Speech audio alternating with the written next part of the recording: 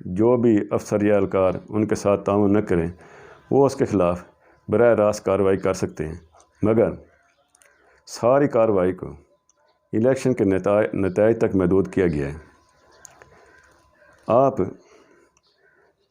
Election میں مداخلت کا اندازہ اس بات سے بھی لگا سکتے ہیں کہ خیبر پختونخوا اسمبلی کے حلقہ PK63 جہاں پر عمر کاکا خیل PTI کے امیدوار تھے، انہوں نے بھی دھاندلی کا الزام لگا دیا اور انہوں نے الیکشن کے نتائج کو چیلنج کر دیا ہے۔ ان کا یہ کہنا ہے، انہوں نے ایک دو ایسے پولنگ اسٹیشنوں کی نشاندہی کی اپنی درخواست میں جس میں انہوں نے یہ الزام لگایا ہے کہ وہاں پر کاسٹ شدہ ووٹوں کی تعداد جاری شدہ ووٹوں سے دگنا تھی۔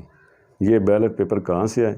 وہاں پہ نون لیگ کا امیدوار 4100 ووٹوں سے کامیاب ہوا ہے اور ان کا یہ PTI کے امیدوار کا یہ کہنا ہے کہ وہاں پر 6000 ووٹ مسترد کیے گئے ہیں، جو کہ کامیابی کے ووٹوں کی تعداد سے بہت زیادہ ہیں۔ تو سوال یہ پیدا ہوتا ہے کہ وہ زائد بیلٹ پیپر کہاں سے آئے؟ وزیر آباد میں بھی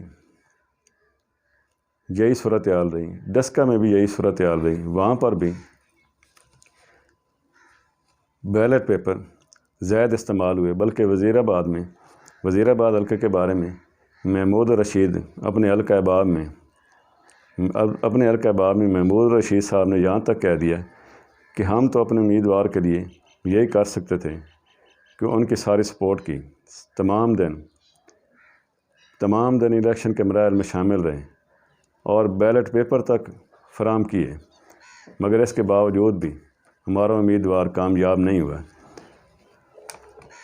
تمام دن جس طرح حکومتی عہدیدار، حکومتی جماعت کے عہدیدار جس طرح الیکشن کے مراحل میں مداخلت کرتے رہے، جس طرح پولنگ اسٹیشنوں میں وہ داخل ہوتے رہے، وہ سب کے سامنے ہے۔ الیکشن کمیشن اس پہ بالکل بے بس نظر آیا۔ یہ خفیہ بیلٹ پیپر، یہ جو خاص امیدوار کو دیے جاتے ہیں، اس پر کس کا کنٹرول ہوتا ہے؟ یہ ان کی پرنٹنگ کس کی نگرانی میں ہوتی ہے اور یہ کیوں جاری کیے جاتے ہیں؟ اس ضمنی الیکشن میں بھی سرکاری سطح پر رزلٹ میں رد و بدل کے لیے ایسے بیلٹ پیپر بے دریغ استعمال کیے گئے، مگر پھر بھی جب کامیابی نہ ملی اور ڈسکا میں 20 حلقوں کا رزلٹ جب متنازع بن گیا تو اس پر حکومتی جماعت نے بھی یہ آفر کر دی کہ ہم ان 20 پولنگ اسٹیشن کا ری پول کروانے کے لیے تیار ہیں۔ ایک لحاظ سے ان متنازع 20 پولنگ اسٹیشن چونکہ وہ وہاں پہ چوری ایکسپوز ہو چکی ہے، تو وہاں پہ حکومتی جماعت بھی ری پول کروانے کے لیے تیار ہو گئی۔ اب نون لیگ نے جب یہ دیکھا ہے اور حکومتی وزراء جب یہ بیان دینا شروع ہو گئے کہ ہمارا امیدوار تو 8000 ووٹوں سے جیت چکا ہے، تو اب انہیں یہ بھی خطرہ نظر آیا کہ ان 20 پولنگ اسٹیشن پر ہو سکتا ہے پھر کوئی ہیرا پھیری ہو جائے، تو اس لیے انہوں نے پورے حلقے کا نئے سرے سے الیکشن کرانے کا مطالبہ کیا ہے۔ اب ریٹرننگ افیسر، ڈسکا کے جو ریٹرننگ افیسر ہیں، انہوں نے 17 پولنگ اسٹیشن کی ووٹوں کی ہیرا پھیری کی بات کی ہے۔ اسی طرح کی ہیرا پھیری کی بات قومی اسمبلی کے حلقہ NA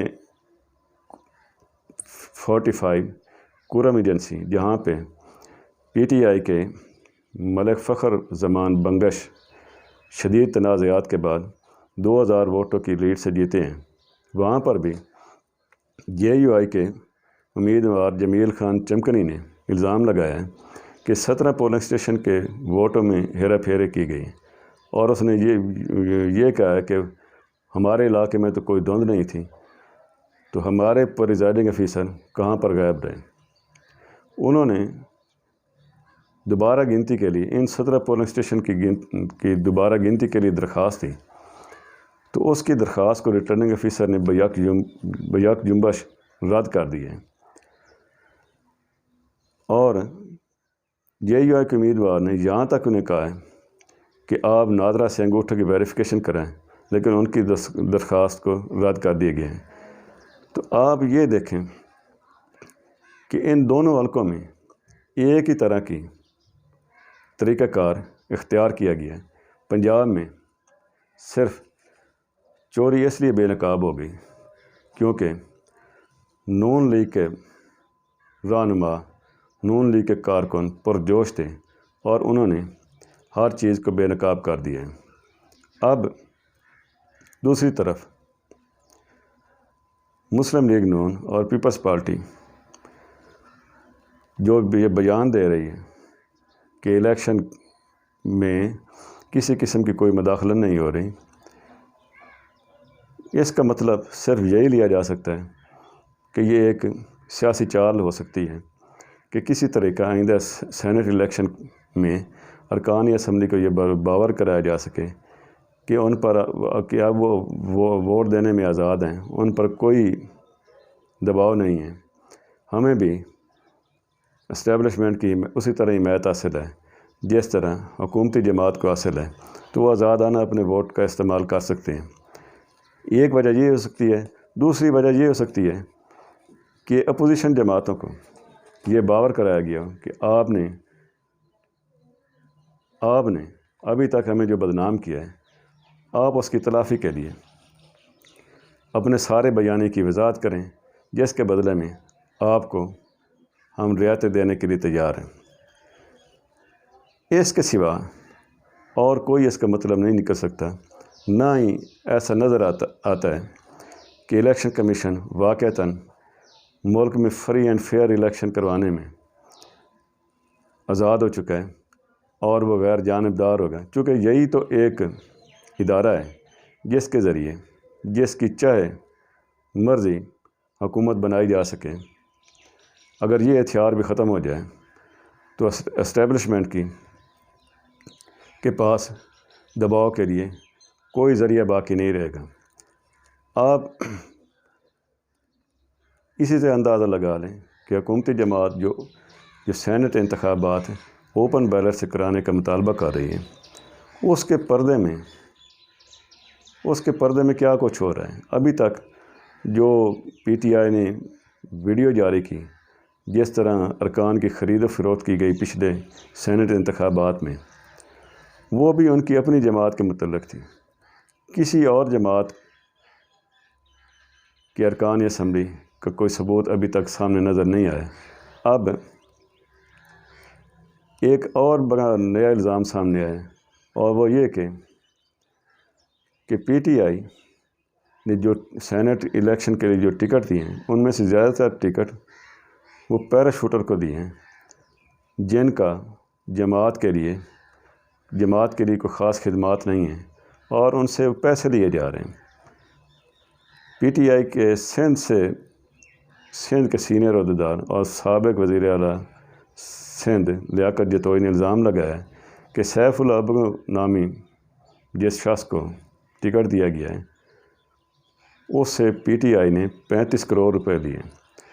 تو اس سے یہی لگتا ہے کہ اوپن بیلٹ کی باتیں اس لیے کی جا رہی ہیں کہ جو سودہ بازی اوپر کی سطح تک ہو رہی ہے، وہ ہر صورت میں ان پیراشوٹر کو ان سینیٹر بنانا چاہتے ہیں پیسے کے بل بوتے پر، اور اوپن بیلٹ وہ اس لیے لانا چاہتے ہیں تاکہ ان کے ارکان ان کے فیصلوں کے سامنے بغاوت نہ کر جائیں اور ان کے خلاف وہ کارروائی کر سکیں۔ اس پر الیکشن کمیشن کو نوٹس لینا چاہیے۔ پہلے بھی ویڈیو سکینڈل کے بارے میں الیکشن کمیشن کے پاس درخواست موجود ہے، جس میں الیکشن کمیشن کے حکام یہ کہتے ہیں کہ ہم تو جرات کرتے ہیں، آپ ہمت نہیں کرتے، آپ ثبوت لے ہیں۔ بھائی آپ ہمت کر کے دیکھیں تو صحیح، آپ کارروائی کریں۔ جنہوں نے پریزائڈنگ آفیسر کو اغوا کیا ہے، آپ ان کی نشاندہی کریں۔ آپ ان کے خلاف کارروائی کا حکم دیں۔ دیکھتے ہیں پھر کون سی عدالت انہیں تحفظ دیتی ہے۔ یہ ساری قوم، یہ ساری عوام آپ کے ساتھ ہوگی۔ اجازت دیجیے، اللہ حافظ۔